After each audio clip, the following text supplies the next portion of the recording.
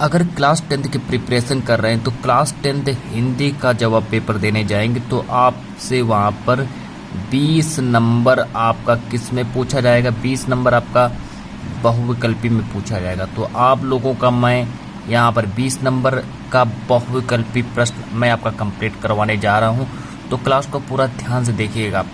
और ये आपका फाइनली जो आपका ये पार्ट 1 रहेगा और आप लोगों को खबर आने की कोई दिक्कत नहीं, क्योंकि यहाँ पर आपका पूरा का पूरा टॉपिक आपका सही से समझाया जाएगा और हिंदी का वेरी वेरी इंपॉर्टेंट प्रश्न लेकर आने हैं। तो चलिए पहला प्रश्न मेरा क्या है कि केशव दास की रचना क्या है। केशव दास की रचना क्या है, तो चलिए बात करते हैं केशव दास की रचना। अब प्रश्न में हमसे पूछा गया है कि जो केशव दास की रचना क्या है। तो केशव दास की हमें रचना बतानी है। तो केशव दास की रचना क्या है, नंबर का ऑप्शन दिया है रामचंद्र का, नंबर का ऑप्शन दिया है भक्तमाल और नंबर का ऑप्शन दिया है सुदामा चरित और घा ऑप्शन दिया है हमको प्रेम वाटिका। तो इसका जो राइट आंसर आपका हो जाएगा, आप लोग टिक लगा लीजिएगा, रामचंद्रिका। ये किसकी रचना है, रामचंद्रिका को जो एक रचना है ये केशव दास की रचना है। इस तरीके से आप लोगों को याद रखना होगा कि जो रामचंद्रिका जो है ये केशव दास की रचना। वेरी वेरी इंपॉर्टेंट प्रश्न है, आपके बोर्ड में पूछा जा सकता है। सारी की सारी संभावनाएं हैं ये प्रश्न आपके बोर्ड में पूछा जा सकता है। चलिए बढ़ते हैं नेक्स्ट प्रश्न की ओर कि ललित ललाम के रचयिता कौन है। प्रश्न नंबर 2 देखिए, ये एक रचना है कि ललित ललाम एक रचना है और इसके लेखक कौन है। तो ललित ललाम के लेखक कौन है, तो ललित ललाम के लेखक कौन है। तो नंबर का ऑप्शन दिया है आपका पद्माकर, नंबर का ऑप्शन दिया है मतीराम और नंबर का ऑप्शन दिया है भूषण और नंबर का ऑप्शन दिया है बिहारी।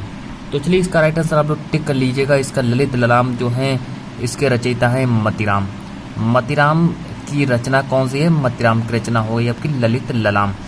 और इस प्रश्न को भी याद रखेंगे, वेरी वेरी इंपॉर्टेंट प्रश्न है।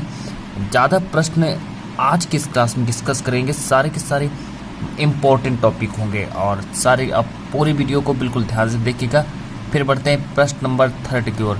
अब प्रश्न नंबर 3 की ओर बढ़ते हैं। प्रश्न नंबर 3 मेरा देखिए क्या कह रहा है कि छत्रसाल।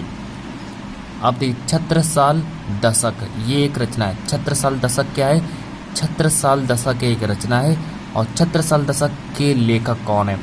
तो छत्रसाल दशक के लेखक कौन है, नंबर का ऑप्शन दिया आपका बिहारी और नंबर का ऑप्शन दिया है आपका जगनिक और नंबर का ऑप्शन दिया है आपका नरोत्तम दास और नंबर का ऑप्शन दिया है आपका भूषण।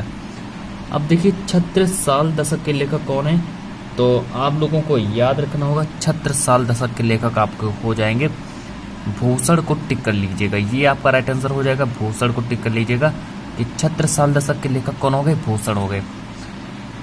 सो अब हम बढ़ते हैं प्रश्न नंबर 4 की ओर कि द्विवेदी युग का प्रसिद्ध कवि कौन है। द्विवेदी युग का प्रसिद्ध कवि कौन है। और प्रश्न नंबर 5 है मेरा कि छायावादी युग के प्रमुख लेखक हैं। तो प्रश्न नंबर 4 को पहले देख लीजिएगा।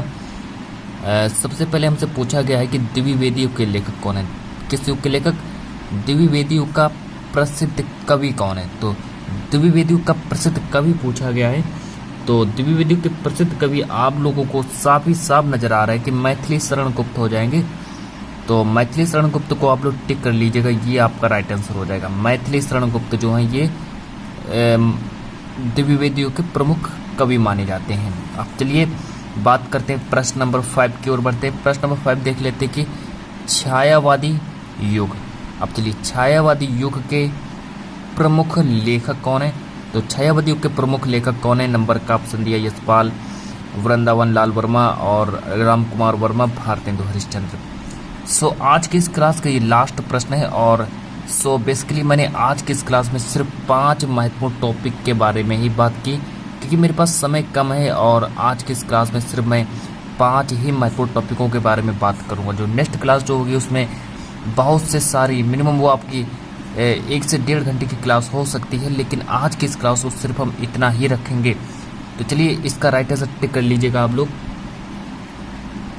इसका जो राइट आंसर हो जाएगा डॉक्टर राम कुमार वर्मा को टिक लगा लीजिएगा और ये आज की इस क्लास का लास्ट प्रश्न रहेगा। तो चलिए मिलते हैं नेक्स्ट वीडियो में। आज की इस क्लास को इतना ही रखते हैं। सो बेसिकली मेरे पास समय कम है तो कहीं ना कहीं मुझे जाना पड़ गया है, तो इसलिए मैं आज की इस क्लास को सिर्फ इतना ही रखता हूँ।